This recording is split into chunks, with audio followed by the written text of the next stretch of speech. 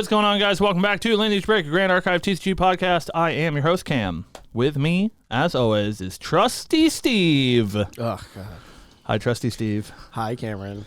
It's better than Lumbering Steve, you know? I would much prefer to go back to Gloomin. I really like Trusty Steve. I think it's pretty good. I don't know. All right. I think it's pretty good. It's a good adjective to be associated with. You know, And you want to be trusty. Yeah, that's true. Trusty Steed is also like a 10-10, so like. Yeah, he's huge. Thing is massive. It's the best ally in the game, as far as I'm concerned. So I think it's nothing but praise. Yeah. I'm only playing Horse Tribal from now on. I really actually kind of want to put that deck together. We talked about last week how we think Sylvie Heartsong's a crisis actor, right? Yeah, 100%. Okay. Yeah, 100%. There's no way a man with the name Sylvie Heartsong who day two'd with Horse Tribal wasn't a company plant. Like, no way. By the way, no hate to you, Mr. Sylvie Heartsong. No. If you're out there listening, please reach out. We're your biggest fans. We swear to God, we're your biggest fans. I almost punched my computer screen when I read in chat that someone was playing Lumbering Steed on stream. It was the name for me for sure because I heard that first. I saw in chat people talking about this Lumbering Steed deck. I was like, who on earth is doing that? And then he was on stream, and the commentators were talking about, oh, this is the guy that's been playing this this horse deck that's been doing really well today. And then they show the man on stream, and it says Sylvie Heartsong. I'm like, this isn't real. There's no way. I literally opened up YouTube to watch him attack his opponent for 5 with a Lumbering Steed, and I was like, it goes crazy.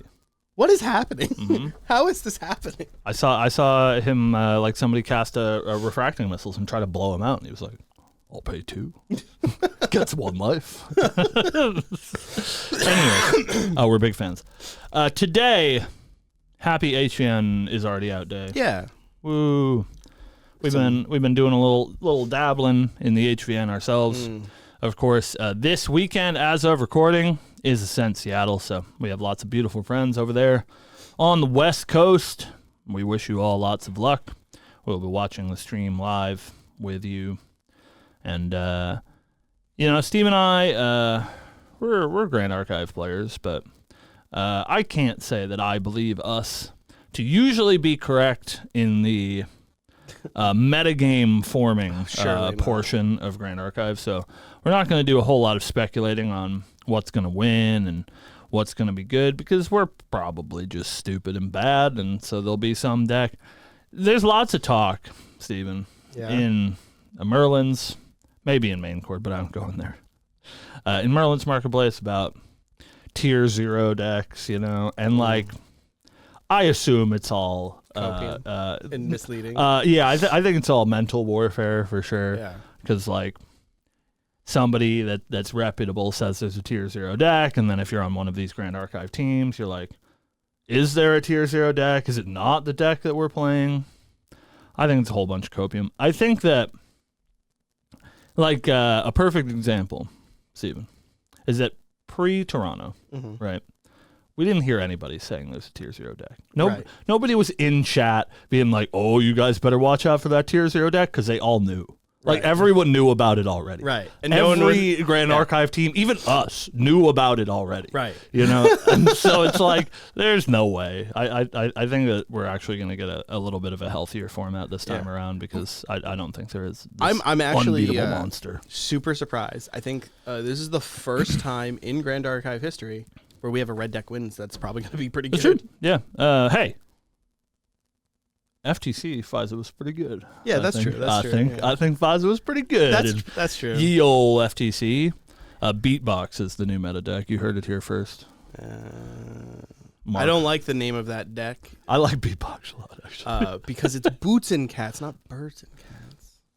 But boots and cats. But there's no boots. You can't play any boots. You in could Grand play Archive. boots. Oh, you surely can play boots. You have to put whatever Sylvie's furry boots are called into your deck, so you can play boots and cats. Yeah.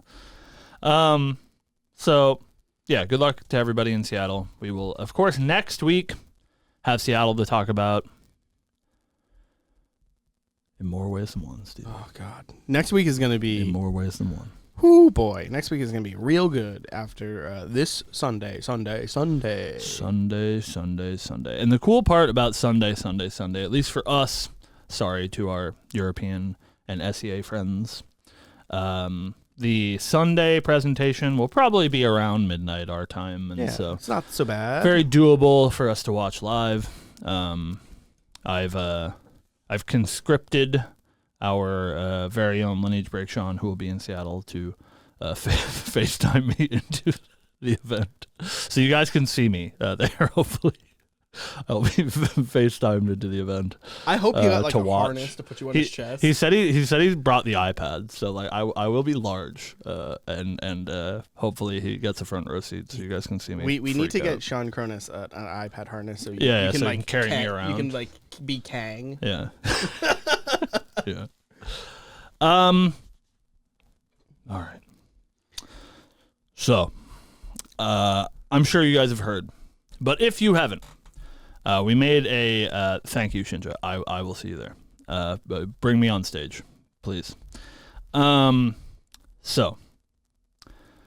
if you guys haven't heard, Steve, something we were right about a couple of weeks ago when we were talking about Seattle, we said, as is tradition for Grand Archive, the first event after the release of the old set, or I guess the current set, the next event is usually when we see the next set. Mm-hmm. So that happened for HVN in Toronto, etc., etc. So it has been confirmed that this Sunday we will be seeing some information, probably just the product sheet, the release date, the champions, not their text, but probably their elements and their classes, as that is usually what we get, for Set 7 DTR. And that is what we will be talking about today. If there was a way, Stephen, for the Grand Archive developers to put out 7 words and an image that is holistically black for us to talk an hour about, this is the way to do it. I don't know. There's so many things to say, Stephen. I don't even know where to start. Stephen, how are you feeling? How you feel about this DTR announcement?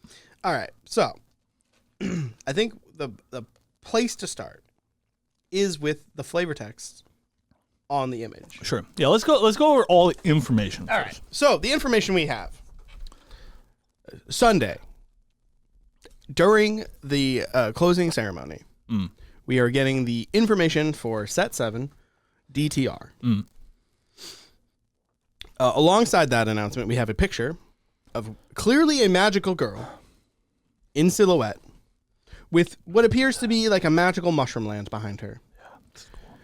Very Alice in Wonderland-esque. True. And on that, we got a little bit of flavor text, and it says, "Break free from the shadows of yesterday." It's a very dark magical girl, Madoka-esque. Now let me say, Stephen. Oh, hold on. 1 second. This art is also drawn by our king, Pinax. Shout out to Pinax. Pinax, our king. Just picked up my Dao Chan lineage, and now it's time to start looking towards the next one. So, for anybody who's out there in YouTube land, if you didn't know, and you can follow me on x.com/lineagebreak. Maybe on Bluesky eventually. You can follow Steve on Bluesky. He's made one. Hi, Pinax. Pinax, what class is she? Please tell me. Please. No spoilers, Pinax. You can follow Steve on Bluesky. I haven't made one yet. Yeah. If you guys don't know, Monica Magica is my favorite thing in the world, like ever. And you can go on my Twitter. You can see a picture, partially of my collection. It is my favorite anime of all time. I grew up watching Cardcaptor Sakura. This is really my thing, for sure. I'm a big fan of that magical girl stuff, and especially like Steven said, when there's a dire consequences for our magical girls, a la Madoka, Yuki Yuna, stuff like that. So this is like absolute nightmare town. Yeah. Like, I don't know about you, Steve, and I think this is a good place to start before we start speculating about the set itself, or I guess this is a good place to start speculating about the set itself. This is like so not at all on my fucking bingo card. Like, I'm floored that this is what we're getting. I was so convinced, like me as a person, right? I like the spell classes. You know, I'm a mage cleric guy. I would say predominantly a cleric guy, but that doesn't mean I don't like playing mage. I love Rye. I hate what they did to our poor girl Kogming. I hope that HVN fixes that, and she has her own identity. But we just got a new mage in our full booster set in A and B. Mm-hmm. We just got a new cleric in our supplemental booster set in HVN. Mm-hmm. Both of those classes now have 3 full champion lines. Yes. It's insane to even consider that they would be getting immediately more support. Correct. 3 months later. I was like, for sure. I was like, thank God the next DTR is going to be a Ranger Guardian set. I get to, like take the back seat. I don't have to worry about buying CRs. Maybe they put out a card or 2 that I care about. Cool. And they do this shit, Steven. Yeah. I'm suffering from success. That's what they call it, for sure. This is suffering from being the main character of the story. Yeah, I think what it comes down to, Steven, I don't think that has anything to do with me. I don't think that I'm anywhere near that important. I think that I just must be when they open up the Grand Archive Weebs of the Short Dictionary. They go to target audience. It's just a picture of me. Like I am just everything that apparently that they want to make for the game is what I want to consume. So, but the segue of that tirade is that we're at the point now where most classes have 3 full champions, with the exclusion of Assassin. Kind of. They did just get some very recent support in MRC with the Tristan Recollection deck, and even though they do only have 2 full champion lines, they did get more support than something like Ranger or Guardian that only have the block that they released in. They only have their, Lineage Break champions, and even unlike Vanitas, both of those classes only have 1 level 3 champion. Right. And their counterparts are only level 2 in Polcock. Well, technically 2 level 3, but they're the same character. Sure, yeah. So I thought it was just for sure that this would be a Ranger Guardian set. Because in an interview that I did with Siladar a while ago, which you can find here on the channel, youtube.com/lineagebreak, he said that they decide support first when designing sets. It's not story first, it's support first. Find a story and a world that fits that support. Make set. Right, so they designed this set with support in mind first.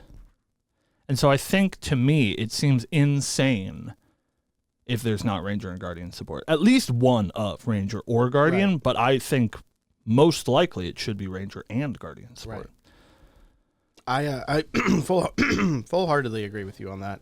I think as of now, I mean, Nico has been playable, yes. But, she's good, yeah. But I think... And Diana has been good in the past as well. Correct, it's not like a competitive merit thing. Right. However, I think that, our, poster child for Guardian, Danaris... Yeah, sucks. And sucked forever. And even after he's getting new cards and a Proxy's Vault card, has seen 0 competitive viability. But I think even more so than that, as a devout cleric player, obviously Ari's fine now, but most of cleric's lifetime, and even now Dao Chan, praise God, unless you count this burn deck that is maybe good, are not super great competitively. Right. So I think the problem with Ranger Guardian is not necessarily that they're bad, because I think, like you said, Nico's good. I think Diana is still good, and there was a time in the game where Diana was BDIF because she was beating up all these Luxem decks. And maybe she gets back there now that Luxem's a lot better too, but it's about depth of card pool, regardless of how good they are. They just need more cards because they have the least ways to build those classes just because they have the smallest card pool. And, you know, it feels kind of bad if you're a Ranger player or a Guardian player and you only have one advanced element. You know, you don't really have any, like, divergent paths that you can take. And so my prediction, Stephen, I think this is just ALC. And I think that's something that a lot of people have been discounting when they're looking at, obviously, this very small amount of information about DTR. They're like, why is Cleric Mage getting support? And for anybody out there that's like, this is a Ranger with a really thin arrow, you're dumb. That is not real. This is surely a spell slinging class. I think it's going to be Mage. We'll circle back to that in a little bit when I continue tirading. But I think this is going to be an ALC set where there's going to be 3 new champions, and it will be whoever this person is, Cleric or Mage, and then Ranger and Guardian. Yeah. And then all problems are assuaged, you know, like Ranger and Guardian get their support, and then sure, we get our she'll sell very well because Mages and Clerics are very popular because they're cute, you know. Like, you know, do what sells, I get it. Yeah. But that is what I think, is that we're going to have a 3-class set like we did in ALC. And then the people that need support get their support. The people that, albeit, don't need support get support too. I have a weird prediction. And it's a really thin shield. Is that where we're going? No, she's a Guardian. No. I think it would be very cool if this set. Yes, they're magical girls, but they're all magical girls. This one, for example, is like a magical musketeer. And she can like summon bullets with her staff. So it is a really thin gun. Where she's a Ranger and she. Well, like think of what's her name? The blonde. Mommy, Tomoe. Yeah, Tomoe. Yeah. She summons guns. Sure, she does. Listen, Stephen. I'm just hoping. Listen, Stephen. Listen. I don't need this. I agree. I just give someone else a waifu. I don't need this. I agree. I don't need this. I agree. However, you want it. If they put out the Magical Girl set and they don't give us a fucking spell slinging class, I will never let anyone hear the end of it. The Magical Girl set comes out and there's no fucking Magical Girls. They're all Guardians and Rangers. I'll be strangling Silidor the next time I see him. So I can't abide by that.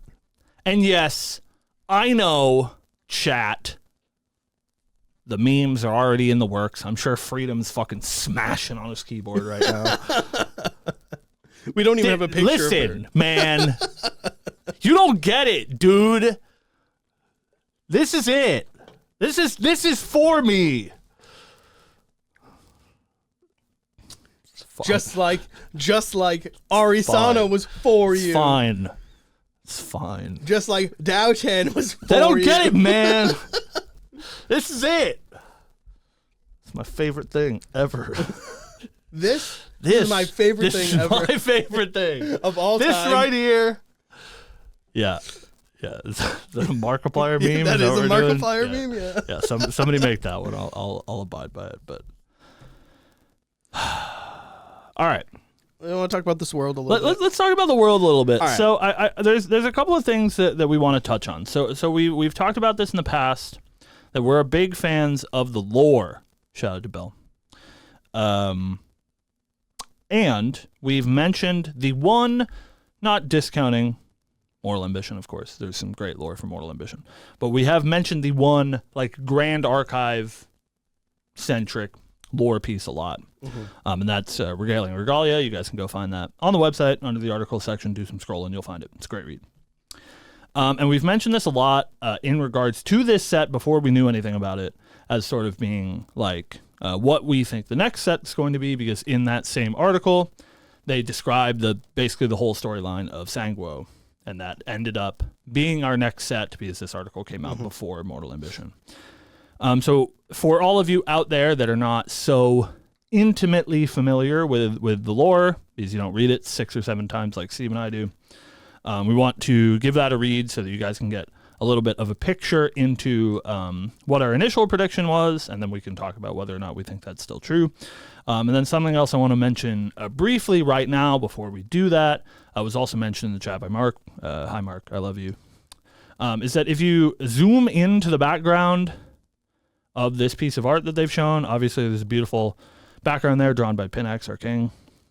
And it looks like there's some sort of like little cottage in the background and maybe like a big mushroom behind it. And like Steven said earlier, some like Alice in Wonderland vibes, which is important to think about when you're getting into the mind space of DTR. So, Steven, you want to give? How about we just give this whole paragraph a read? Yeah, I was going to start from here. Yeah, we'll get that Sanguo bit so you guys can know what we're talking about, and then we'll talk about the unreleased world that is maybe DTR. Yep. Okay. Where to start? Do you want to hear about how a world almost collapsed because of an artifact created by its gods, factions fighting to become king, not even knowing the rule imposed on the world that requires sacrifice in exchange for power? That's Sanguo.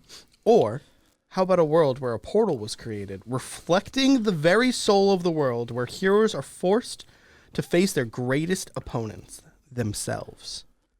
Oh, you know what? I just remembered one that you'll definitely be interested in. It's about a champion that went to Azoth. I think I've talked about her before. She's always coming up with some crazy contraptions, but this time it's really good. And that was in response to...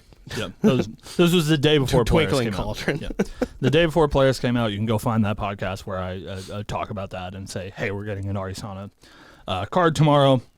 And everybody thought I was smoking crack. And then it was like, here it is. So something that you guys have to understand about Belle, the person that writes the lore, is she's not like pulling the wool over your eyes. Like, if you read the lore, it will tell you things about the game. And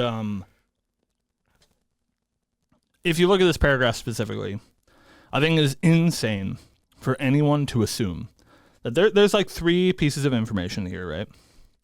The top piece of information, very obviously describing Sanguo. This was before Mortal Ambition was even announced, by the way. The bottom section describing Polaris, which this came out the day before that ban list update, and again, that information was not yet announced, right? So when this came out, it did give us two very poignant pieces of information about the future of Grand Archive that we can now point to. And so I think it is insane to assume that middle section about the world that reflects the soul of its hero or whatever is not also indicative of something coming to Grand Archive. It is possible that it's not now. It could be later. However, with the sort of cadence that the other two came out in, I think it makes most sense that these are all things that, at the time this was written, circa 6 months ago, all of these things were in production. Like this was probably the time that they were buttoning up the design of DTR. Right. About 6-8 months ago. But I don't know. It's that middle part about the reflection of oneself and fighting your greatest enemy being yourself is very we've been calling it's like non-specific, right. I think. Yeah. We've been referring to it as mirror worlds. Yeah. Because of like the whole reflection and you fighting yourself. However, that is just like generic beats, right? Yeah. I think you could put that in anywhere. It doesn't have a particularly it doesn't have to be a mirror world for you to have reflections, right?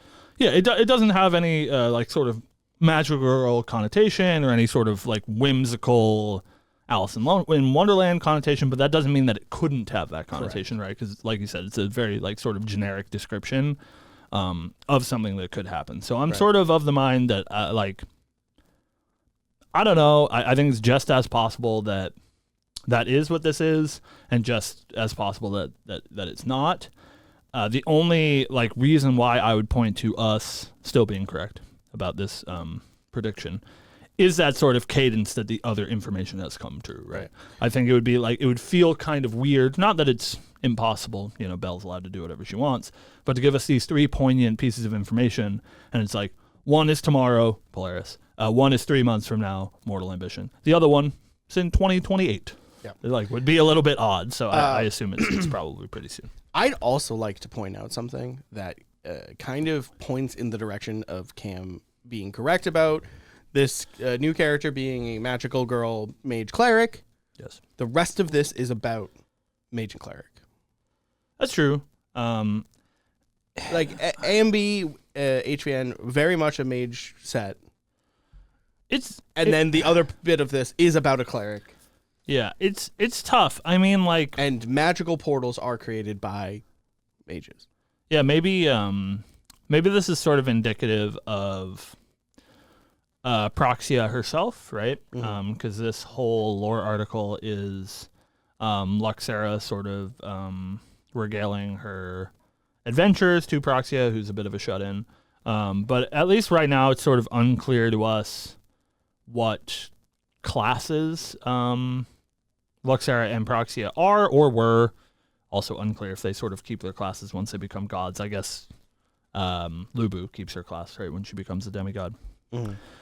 But so maybe you're right in that Luxera is telling Proxia these stories specifically because they do have that spellcaster sort of bend to them, and that is what Proxia is interested in because that is her sort of class pool. I don't think that's totally out of the realm of possibility.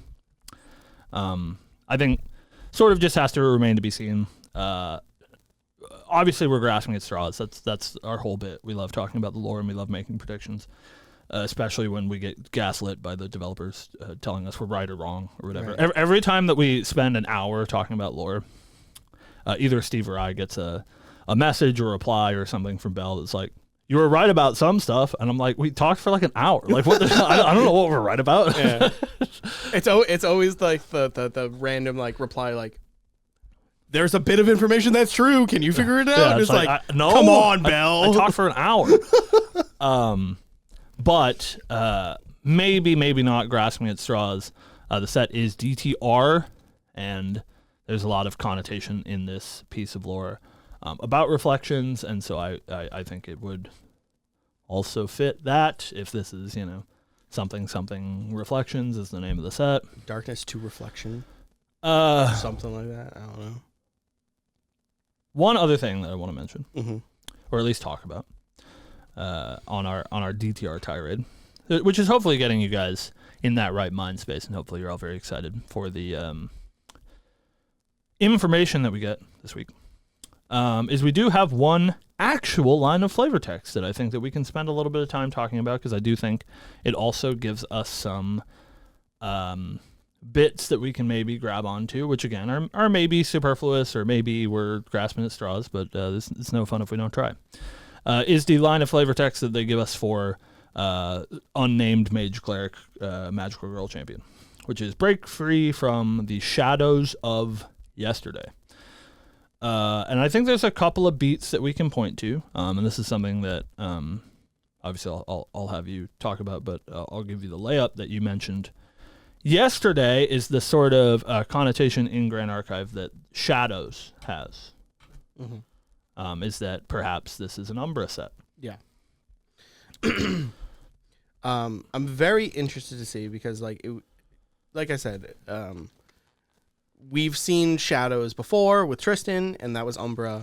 Our Umbra pool isn't very wide per se. Like, we have two different classes that have Umbra. It's not deep. It's not deep. Yeah. It is wide, and there's cards you can point to that go, oh, that's pretty good. However, a lot of the Umbra cards that exist, specifically the curses, are also cleric. Yeah. So I would be shocked if we don't see an Umbra cleric. Yeah, I think, I wish, dear Lord, but it's not her, so who knows? You don't know. You don't know. Maybe. She's all fucking rainbows and stuff, right? Like, this isn't a complete black image. You can see a rainbow fucking feather in her hat. Champions change from level 1 to level 3. That's true. Maybe she has a Kongming transformation. Magical girls usually do have a transformation. Oh man, so psyched. She could just Sailor Moon it, but become evil. Yeah, evil. Oh man, step on me.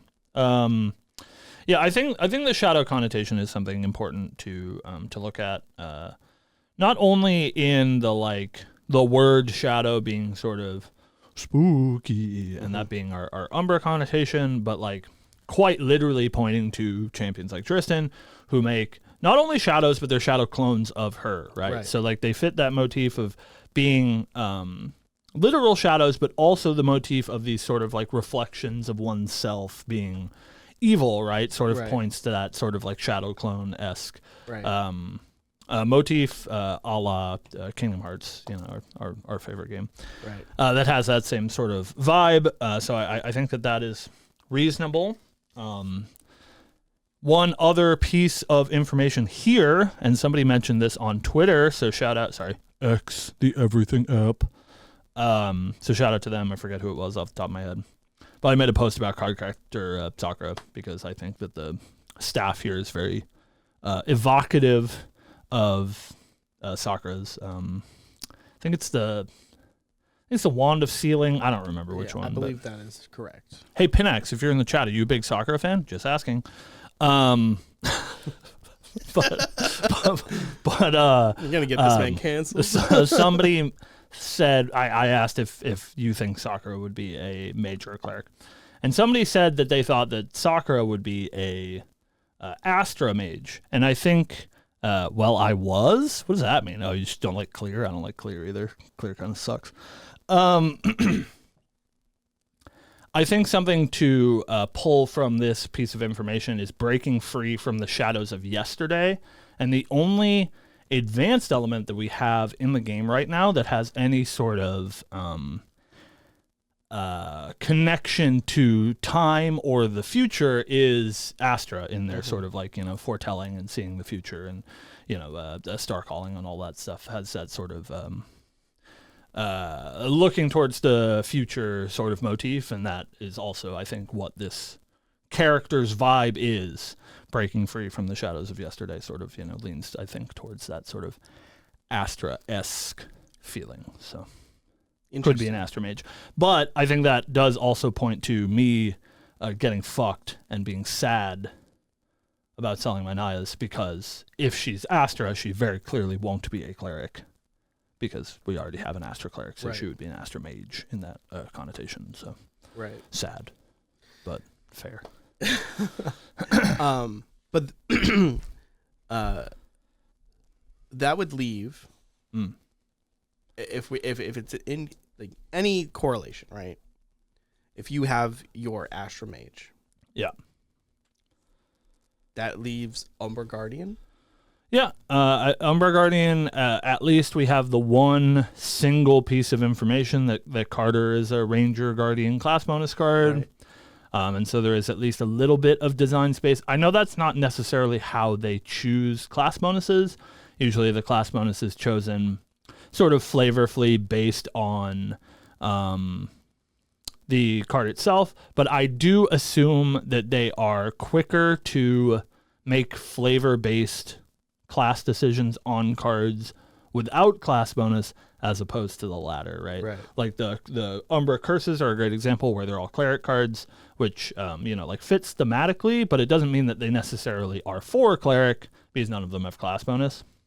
But the Carter is quite literally also for Guardian because it does have that class bonus. So I think that was planned, I'm sure. But my issue, right, is that we have advanced elements that have not seen love in a while. Yeah. That being Crux. Yeah. The last time we saw any Crux card was FTC. Right.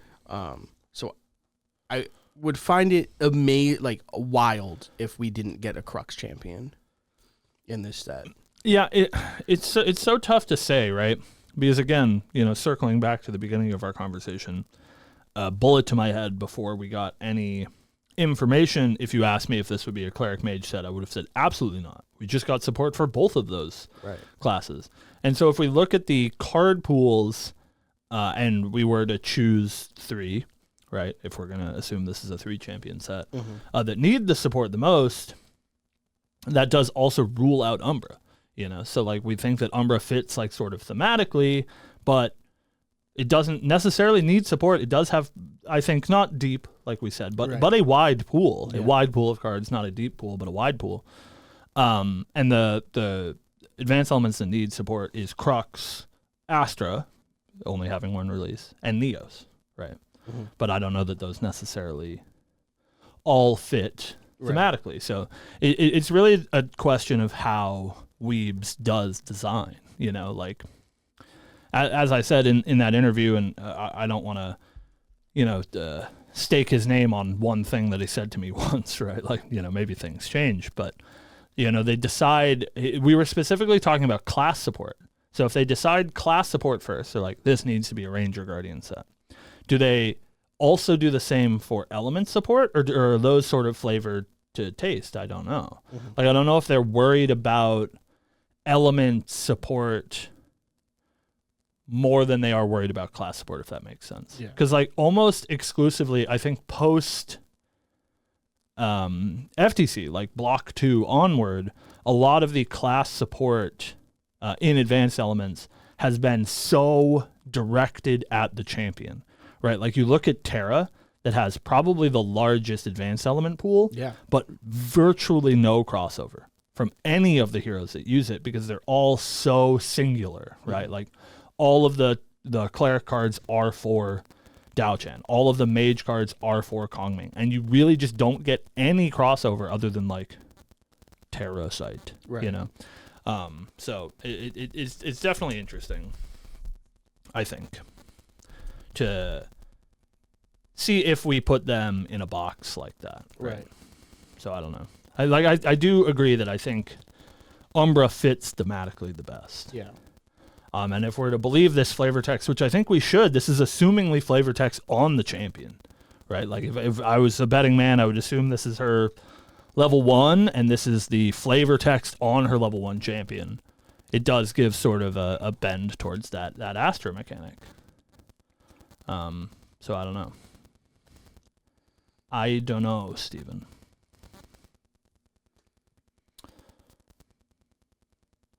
I would like to point out, though, on the art, it's like darkness around her. Yeah, it's hard to say. That they did some strange like highlighting here, where we see like little flecks of color. Obviously around her staff, we see the flecks of color, but like surrounding it is this sort of, I don't know if that's supposed to be like, it's hard without color, right? If that's supposed to be magic, or if that's supposed to like signify motion, or if they stay dark like that and it's supposed to be some sort of evil spooky stuff. I think like her expression has a lot to do with it, but we see this like she's wearing these long white gloves, or I guess not gloves because they end at her cufflink, with these like sort of like you said, that like Three Musketeers vibe, very frilly. Yeah, she has this big rainbow plume coming out of her hat, so definitely very interesting. I don't know. I would be like pretty shocked, I think, if this champion specifically was Umbra. She's very colorful, at least from what we can see. But that's not indicative of Umbra. It might just be that, right? I mean, it is and it isn't, right? Like, right.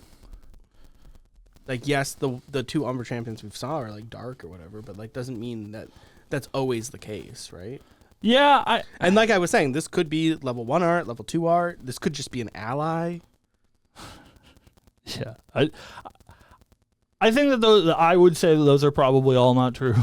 I think obviously it's possible, right? Like anything's possible. We don't. Well, like we've never really seen like level 3 right off the bat, right? Oh wait, no, we always see the level 1 usually. Right. And we saw level 3 Tony, right? Yeah, way back in the way day, but when they announced those champions, we saw all of their level 1 arts, and then they showed us level 3 Tony's card. That's true. But the champion art was all their level 1s. A and B was all their level 1s. The only exceptions are the recollection decks are usually their level 3s because those are the ones on the box that they show us. But I think in regards to main booster sets is usually the level 1 champion. So yeah, this could be level 1. Probably a level 1 champion. Yeah. And then, there's nothing saying that she can't become dark. No, I agree. I just think that the thematics are usually through, right? Like we haven't had any champion that is like vastly changed their style when they go to level 3, like, a Kongming or Dao-Chan or whatever, right? That in lore have this sort of like evil connotation. They don't, that's not reflective of their art, But I do think that like Umbra the sort of like color palette is consistent. So I assume that the Umbra champion, if there is one, will be, rather dark toned. Yeah. But I think Diana's a good example of somebody that doesn't look necessarily Umbra themed in her level 1 art, but does obviously in her level 3 art. So I don't think it's completely impossible. I just think that like the rainbow cloaks and stuff sort of, and her breaking free from the shadows of yesterday sort of point to her being our protagonist, magical girl. Yeah, speculation is speculation. Yeah, I'm just trying to be on the other hand, because not everything can be for you all the time, and I. But this is. So, surely. Yeah. This is your astromage. This one is for me. So, listen, the other champions can be for you. That's okay. Just this one's for me. I'm not gonna get one until we get like a vampire set. I swear, set 8 won't have a champion for me. I swear. Well, set 8 is the supplement for this set. Yeah, but like MRC is a good example. Mm-hmm. Like MRC wasn't for me. Obviously, like I got like premium material and that was cool. Yeah. But like it was a tamer assassin set, and I didn't really buy a lot of fucking fancy shit from MRC. I was so stupid, and I hate money so much that I bought a play set of a fucking card I'll never play. And now you might. That I then sold for she way also less has a very money. pretty hat. Yeah, I know. She could be wearing a sundress too. I like big hats and sundresses. Yeah. Fine. Hey, if you guys want to sell your Nayas, like, listen. Do this man a favor and sell your Nayas to him guys, for $250. Guys, when they spike on Monday, please remember how much I sacrificed. Give me a good deal, please. All right. Well, I think that's at least the end of my tirade, and I do hear our mics are acting up a little bit, so I don't want to keep you guys too long, but I'm very excited. I'm also very excited. My hope, is that Belle got to cook for this. And, I do too, and it is 100% a Grand Archive world. Well, so like, I'm like, you can have flavor from another story. Like if you're gonna do Alice in Wonderland or like Grimm Fairy Tale, cool. But like, don't make it like story for story beats. Like, well, I think that's exactly how I feel as well. Where like, I think Cambria was, I don't know. Maybe it's just because like I obviously don't. It's not your headphones. You're not gonna be able to fix it. It's the mics. I wouldn't worry about it. Okay.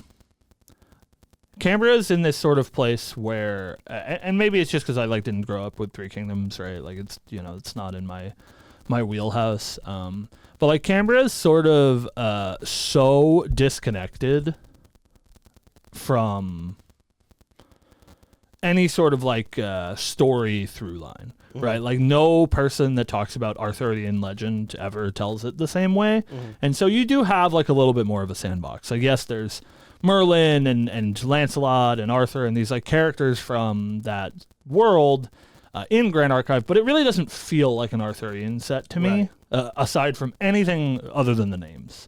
So it like did feel very Grand Archive exclusive, right? Like all of these. I guess aside from Camelot, these like sort of kingdoms and the way that they function and these characters all felt, although influenced by Arthurian legend, were Grand Archive characters. Where, and then obviously Azoth is a completely Grand Archive thing, and so it doesn't feel like it has any sort of baggage. And then Sanguo, I think, is a little bit harder because it's such a more, I think, beloved story than something like Arthurian legend and like adapted way less, and it has so many more important named characters that have this sort of expectation of like what they're supposed to do and how they're supposed to interact with either the world or other characters, etc. So I think it gave them a lot less room to sort of explore lore-wise because they did have to keep a somewhat stringent path through that sort of history, because it has a lot of importance to a lot of people. And I think HVN did sort of like jump the shark in a good way, not in a bad way. I guess jumping the shark has a bad connotation, right? But it's like way further disconnected from the Romance of the Three Kingdoms with these like demons and stuff. But I hope, like you said, that if there is some sort of connection to another piece of work, that it is something like that sort of Alice in Wonderland, Grimm's fairy tale thing, which is a lot closer to Arthurian legend, where there's so many adaptations of it that you can sort of just like make it your own. Yeah, like use it as a sandbox, and I think especially like Alice in Wonderland being in the public domain now makes it a lot easier to sort of use that as a jumping off point for this sort of like whimsical fantasy setting. Right. And that is what it looks like. I mean, we can just like barely see, right? But it does at least look like these sort of like cottagey type houses in the background. It's like cottages and like big mushrooms and bright colors. Which is like very different from like Azoth, right? Which is very, very like steampunk and higher tech than something like this that looks a little bit more like whimsical. Right. There's two settings that I'll wait for. Yeah. And then I'll I don't think this is the mech setting. Yeah, it's not the mech setting. There are two settings, It'll be spooky vampire mommy. Yeah. And futuristic robots. Gundam-esque. Yeah, I mean, I do hope, if we're right about this reflections of the world thing, that I think that this is the perfect backdrop for it. Because I think when you're doing that sort of like shadow self thing, the most important thing is I guess like symmetry in a way, right? But you want them to be the same but like very starkly different, right? So I think when you start with this like very bright color palette and this very whimsical world, it's a lot easier to make that stark contrast to your shadow self evil version. Right? Whoa. I just had a cool thing. Yeah. What if these champions have split level 3s? Yeah. Split element level 3s? Yeah. Split class level 3s? They you have level 1, level 2, and then at level 3, it's either the dark reflection or the good one. Oh, what if we make them flip cards? Oh, that'd be so cool. God. Oh, that'd be so cool. All right. We're cooking. Listen, I know that we're not supposed to make any predictions because then you can't use them, but you have, pinky swear. You have permission from Steve and I to use that one if you haven't already. Dude, level 3 DFCs, you get to choose which element you are. Oh my god, it would be so cool. It'd be like Dusklight Communion, but like on your level 3. Right. It's like, I would like to play Astra Mage. Oh, no, Yeah. or Dark Umbra Mage. Yeah. Oh, cleric. Cleric. You just got a cleric. Cleric. I want another one. Play with your new toy first. Cleric. Yeah, I just got her. I'm like, I don't want to play with you anymore. Lady's cooking. Got the heh from Shinja. Confirmation. I know Shinja has the information. I know he knows. Anyways. Just saying, Lineage break never Anyways, we'll see you next week. If you want to catch the show, Steven, how do you do that? You can tune in live on Fridays at noon EST asterisk.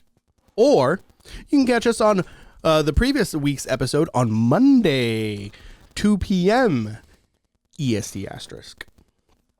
Sometimes it goes up without a title. That's true. We fixed that. Don't worry about that. And we thank you, of course, as always, for watching. You heard the man. Come here Fridays. You can go on to the tour to see last week's episode on Mondays. And we will see you, not in Seattle. Maybe you'll see my face on an iPad, but we will not be there. But good luck to all of you in Seattle. And we will see you next week talking about all that sweet DTR. Yeah. And if you would like to stay up to date with Lineage Break, me and Cam, you can follow us both on X. The Everything app. You can follow me on Bluesky. Yeah, I'll make one. I fucking hate Elon. Or you can just chat with us in Discord. where I don't post a lot in Merlin's, but I lurk and can post a lot in Merlin's. If you post the word cleric, I promise I'll see it. Yeah, You don't even have to at me. Cam will appear. I promise I'll see it. No, Most magical girl. Merlin's Lounge just became just people saying cleric. Yeah. What if I wouldn't like to stay up to date? Should I? Yeah, you should unfollow me. Yeah. You specifically. Get the fuck out of here. Yeah. All right. Thank you guys for watching. We'll see you next week. Have a good one. Theo, you. Woo!